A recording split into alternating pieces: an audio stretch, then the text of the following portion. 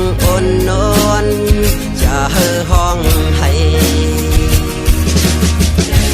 เอ้ยพงยำเก่าเห่อเจอติ่งเอ้ยพงยำเก่าถูกเจอมีเมื่อก้อยหมอปันกลางเสือมีเมื่อก้อยเยาอยู่จำเชจอมหูอำพาวางกัน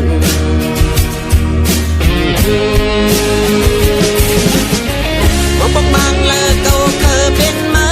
อมีเนื้อเลือดโผเจออำพาหูดังเจ็บดังกันมีดังหักดังจังเพอเธอฉัน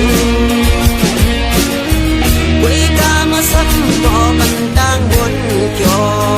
ดาปุ่นก้นนำ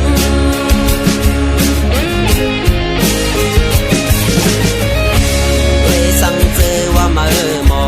ออกเสียงละกวางมาพอในเมื่อเด็กขลาดสั่งเก่านอดึงมีคอนเด็กเขาซับแรงเกี่ยวด้วยเพราะว่าเก่า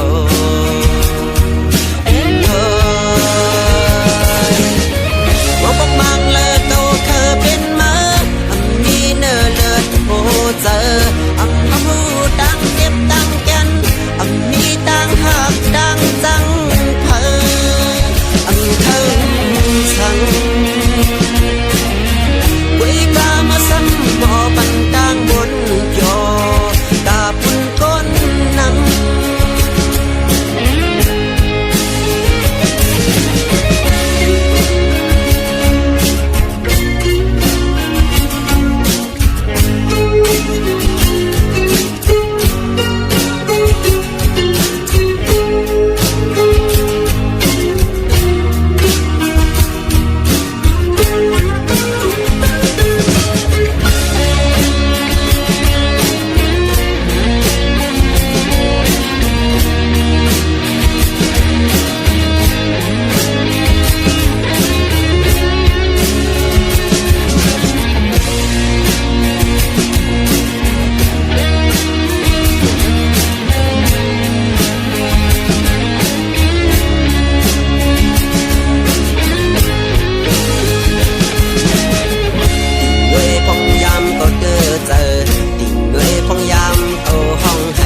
มีเมื่อก้อยนอหมอกปันแห้ง